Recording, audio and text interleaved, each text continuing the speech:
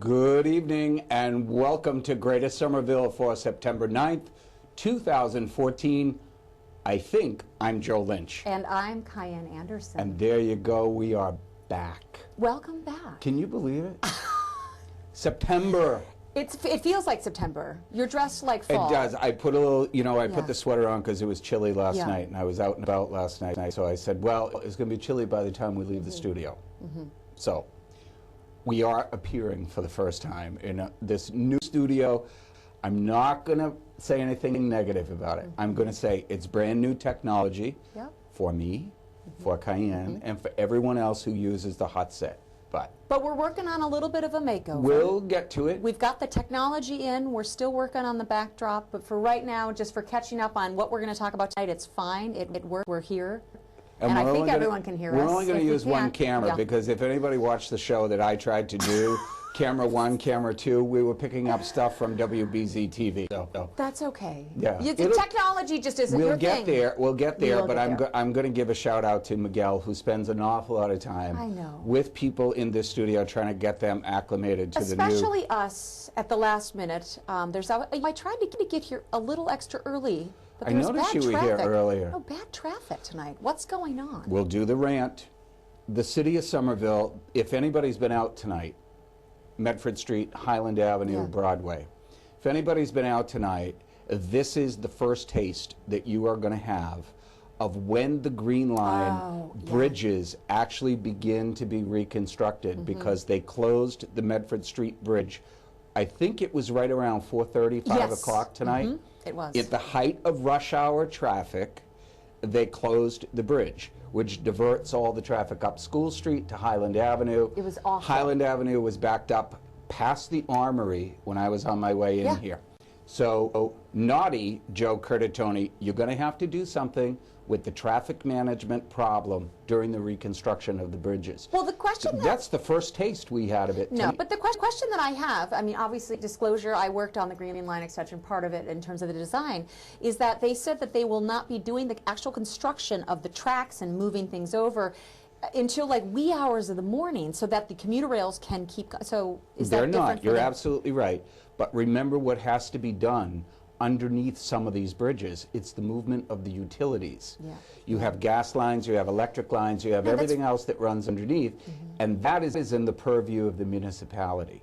So the municipality has got, City of Somerville, please, get your act together. Transportation Department, traffic and parking, you can't put this city through this for the next 10 years. Well, it's also a little swelled because of all the college kids, everybody's back from vacation.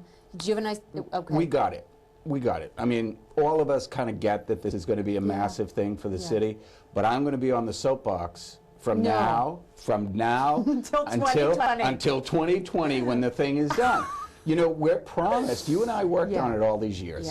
Everybody else put a lot of blood, sweat, and equity into this thing, and we were promised by the city, by DOT, and by everyone who was in the kind of pulling the levers and controls, we'll have a traffic management plan because everybody was like freaking out that the bridges were going to be reconstructed and roads were going to be closed. Get it together now because we're not going to tolerate it. Okay, one more thing. So I had a good summer. One more thing and then we're going to talk. What I will say though, and this is working for the city of Cambridge, I will say that when traffic changes on a dramatic level, like a closure of a bridge, it usually does take that first few days for people to kind of get it, and then kind of people find their own way. They're like kind of, they go through mazes and they find their own way. So, I mean, there's always going to be that first few days, regardless of traffic management plan or not. I hear your soapbox. Let's talk summer. Did you have a good vacation? I had a terrific summer. Yeah. Terrific summer. Great weather. I don't know whether I was under the dome or what, but people were saying, oh, it was too hot, it was too cool, not enough rain. I thought it was a spectacular summer. Yeah, no, I thought it was really nice too. I got away a few times. You got away. Yep. This weather has been phenomenal. I kind of like the little bit of a the cooler evenings. I'm ready for it. I'm ready for it. Yeah, I had some friends come in. I had a lot of visitors. But the whirl of the air conditioner just doesn't cut it for me. I like a breeze coming through the house. I do. I like a breeze. But more importantly, I want to make an announcement very, very quickly. You have 23 minutes to vote. Get to the polls. Get out there. Yeah, if you haven't gotten out yet, please, it's primary day. Whether you're Democrat, Republican, unenrolled, anything, Get out there, pull your ballot, easy peasy. Exciting. Low voter turnout, though. I know I went. There wasn't anybody there. Everyone is just, I mean, these poor candidates, you have to figure. I know. They've been out there stumping for a year. They put their lives on hold. Yeah. And now less than, what, 20% of the registered voters are going to show up? It's unfortunate.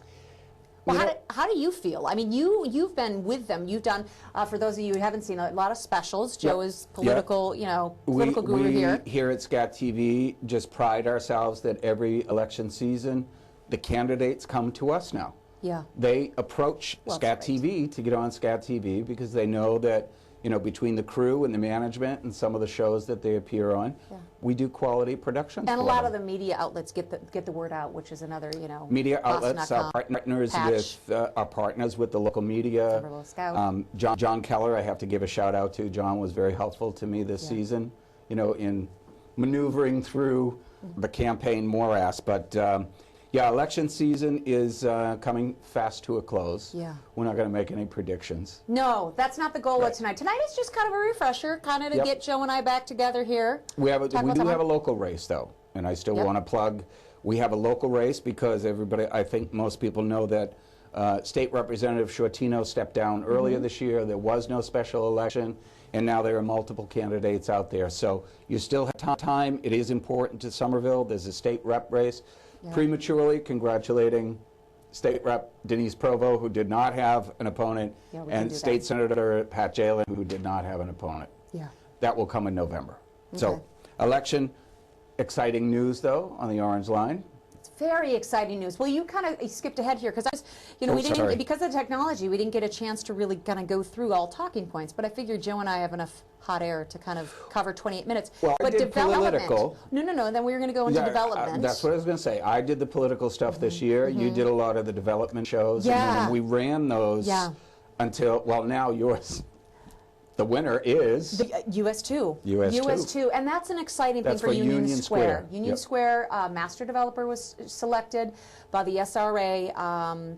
They did not go with the CAC committee advised towards the second choice. The community advisory place. The community advisory committee suggested Gertie and Edlin, but the SRA went with US2. Can I say it now? What? On the night after the airings of your 4 specials, and we chatted, and I said, I like US2. I think that's what you said. I did. Well, I said, I liked their style. I wasn't quite... You liked the show. Right. I don't think you're master predictor on everything, but I do think that show itself...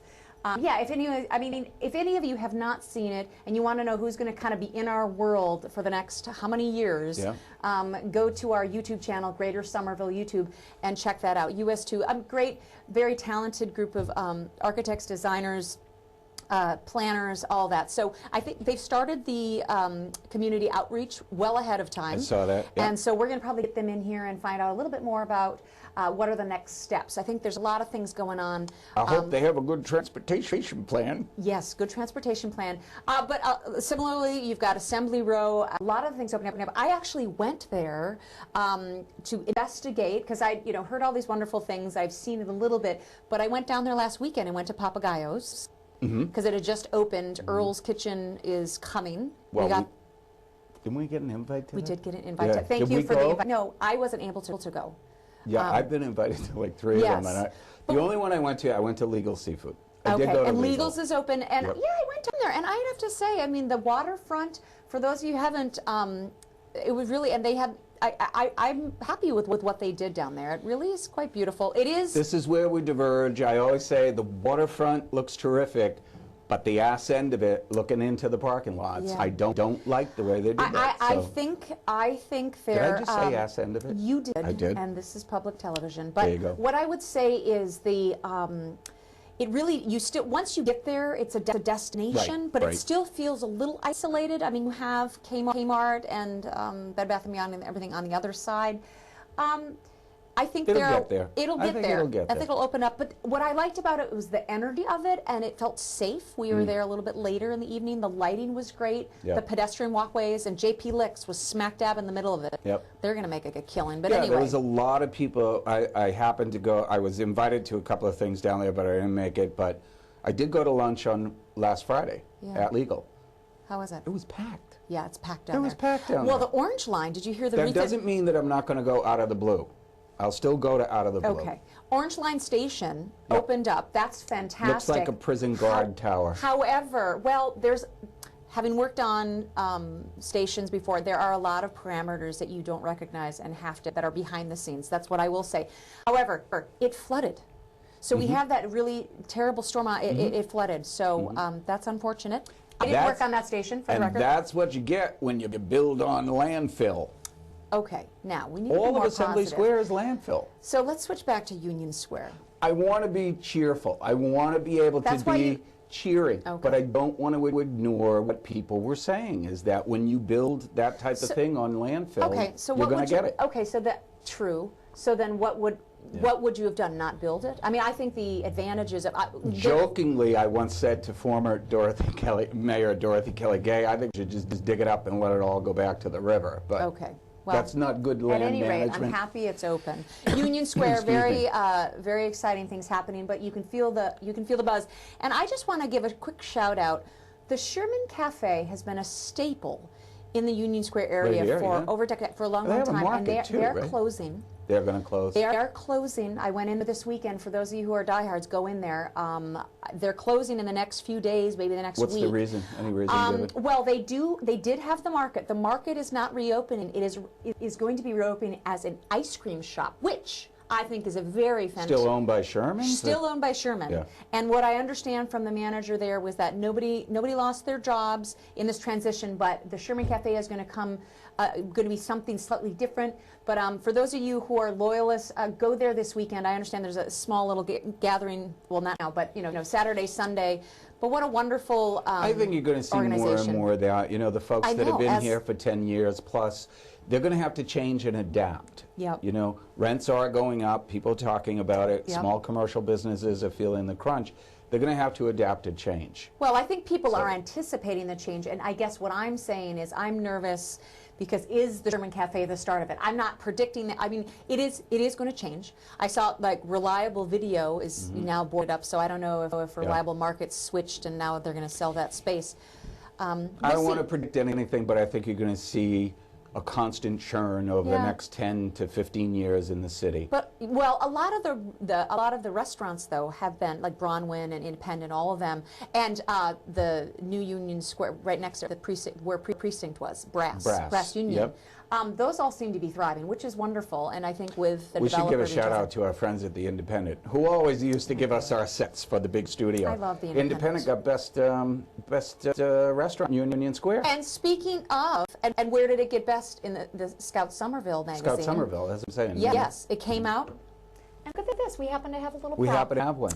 A plug for Scout Somerville. Scout Somerville, Holly Banks and the gang, everybody working really hard over there to make these publications. I just love these. So it's got all the 2014 winners. And I think that, I mean, all of that, obviously, go check out for yourself who they are. However, if you want to get a little bit more up close and personal of the winners, who's been selected, there's an awards ceremony. Take it away. There's awards. Well, you tell me the details. All I know is that there's a red carpet, and Joe and I are going to be presenting. We've been asked. We've been asked. Well, we accepted, didn't we? Well, our lawyers sent Holly Banks the contract saying we wanted 50 grand each. Yeah, and a She hasn't responded yet, but yeah. we are very, very honored that Holly Banks, the publication, Scout Somerville, Scout Cambridge, they're going to do their awards ceremony at the Somerville Theater, and that is on Thursday the 18th. It is a red carpet gala. Yeah. There will be a pre-event complete with red carpet down in Davis Square. So there's a pre-event, and I think it starts around 6:15, 6:30.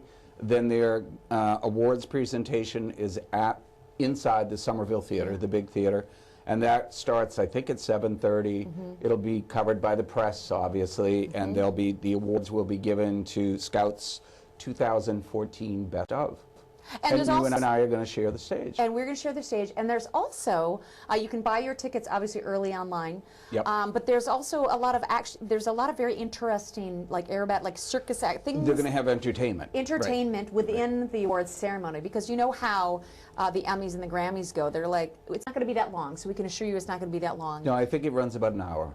Yeah. Runs about an hour. But there's an after party. Oh, there is the after Yeah, party. we've been invited to the after party. Oh, great. Yep. Okay.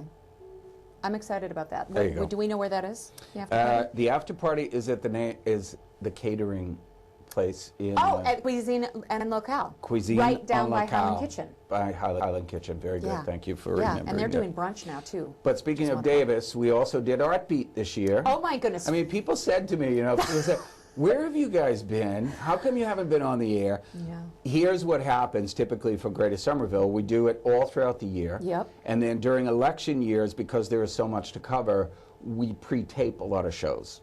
It's easier that way. It's easier that way. And then both KyAnn and I kind of take a little bit of a hiatus in August. We get sick of each other. We love each other, but 12 months out of the year. So we take a break in August. And then we were asked to do Art Beat out of Davis this year. So that was running. The political specials were running. Your development specials were running. It was a busy I don't know how summer. people could miss us. I know. Right? But that was really interesting. And then a lot of that was the new technology that we've had with the hot set as well as the studio. Scat TV was able to do that on location. And for an hour and a half, that was fun. That was really fun. We pulled in aldermen, we pulled in artists, we pulled in all these people that put on that. I mean, the Somerville Arts Council.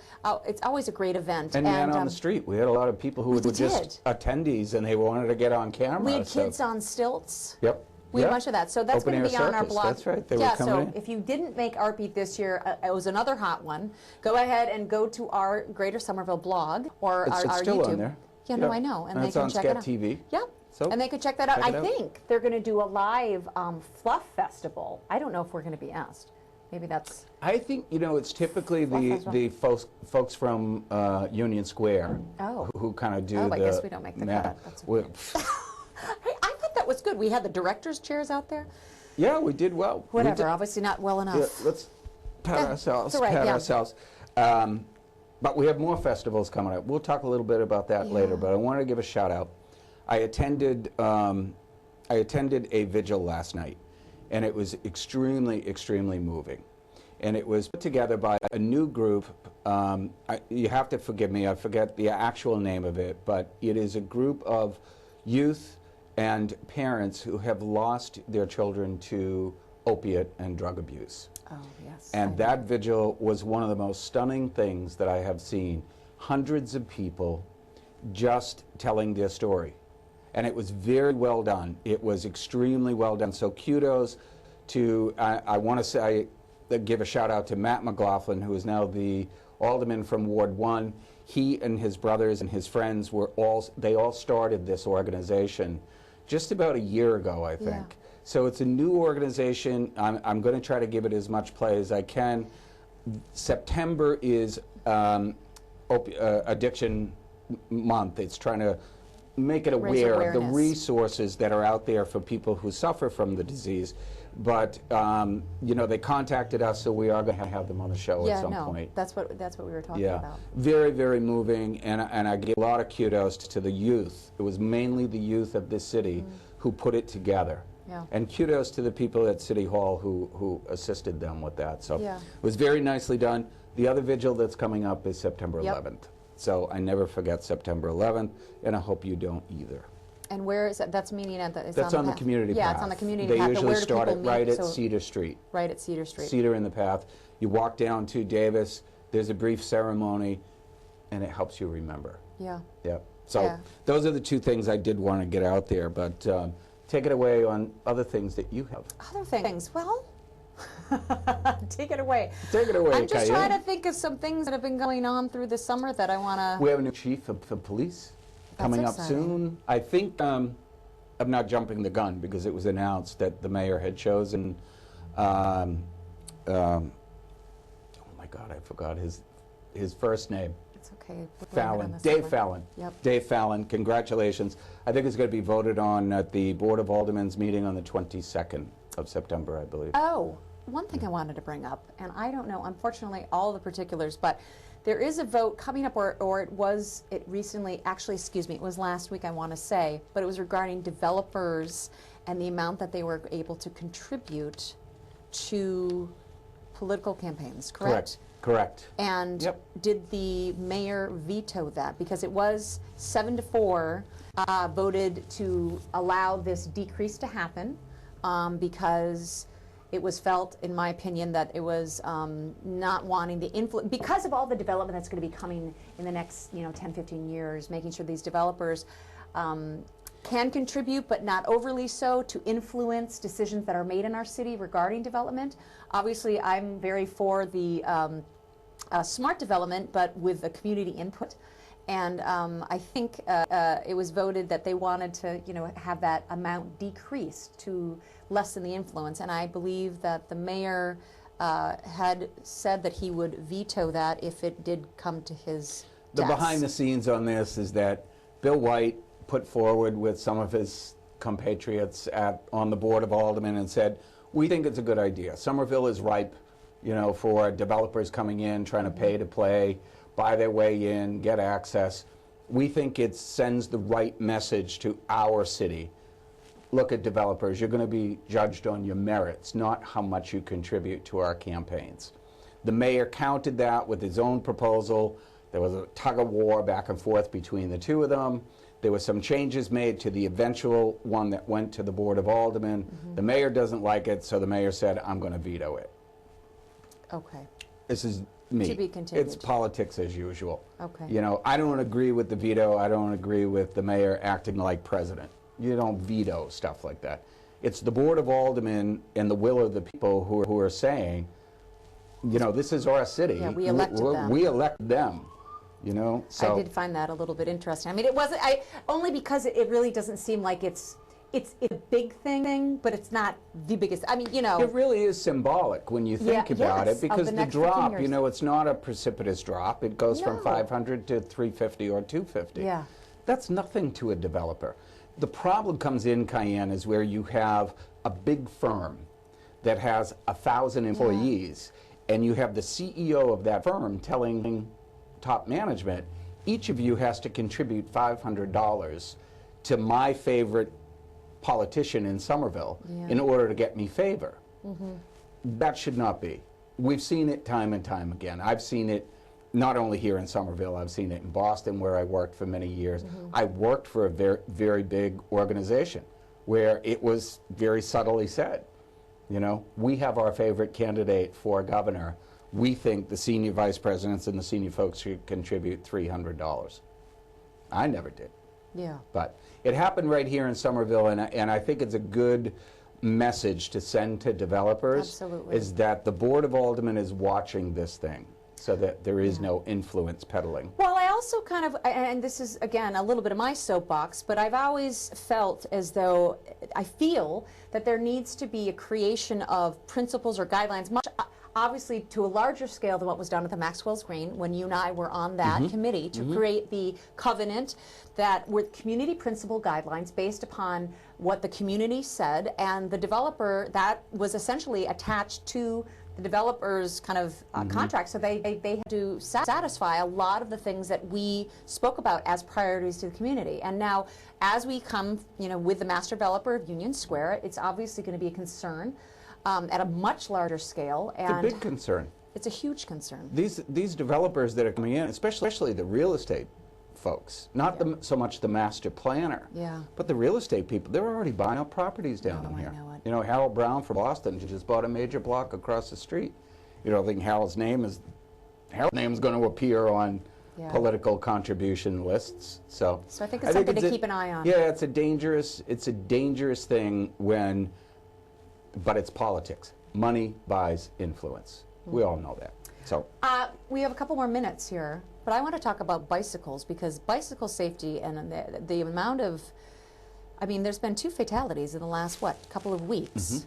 I don't know what's, I don't know. Students are back, weather is still good. I know. People are just not, and it's both motorists and bicyclists. Yeah. They are not taking into account their own safety. Well, they're getting tickets now, and I actually applaud the police department So do I. for giving out tickets. Absolutely. Like, Yeah. I understand there was a woman that was arrested because she didn't give her name. Well, she had a big mouth. Bicycle.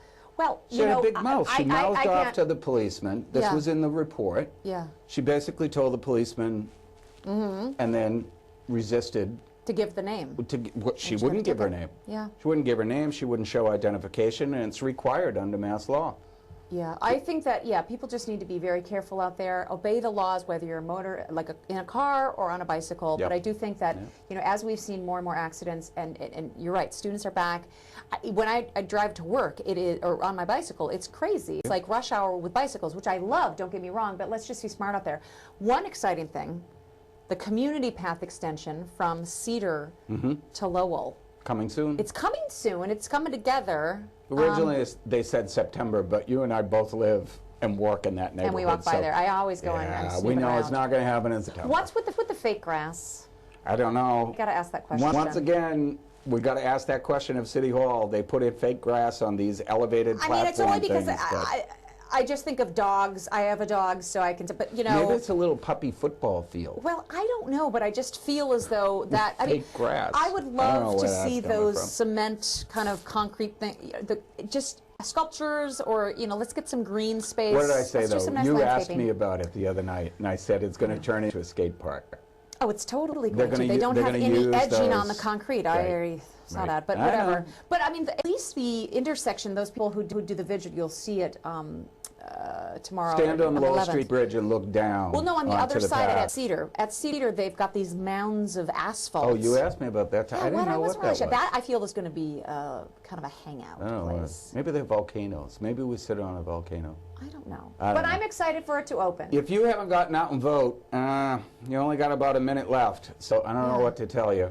But congratulations to all the candidates. Yeah, good campaigns. Hard efforts. Congratulations to the winners. You'll know that probably by 9 o'clock. Tune in to one of the majors here in the Boston area. They'll let you know that, in all eventuality, it will be Martha Coakley as the Democratic nominee for governor of Massachusetts. They've all worked so hard. They have worked hard. And, you know, for somebody who ran a campaign almost single-handedly by myself, but you ably assisted. That was a long time ago. It was a long time, but it still is fresh in my mind, the amount of work that goes into a campaign. So candidates, congratulations. Win or lose, be proud of your accomplishment. And we're going to be signing off in about 30 seconds, 45 seconds. What does it go to 28? Are we doing it to 28? 28. We go to 28 minutes. So thanks everyone for watching, and we're looking forward to an exciting fall. We'll be back. You'll be doing episodes. Your shows. I'll be doing some of mine. We'll be get back together every now and again.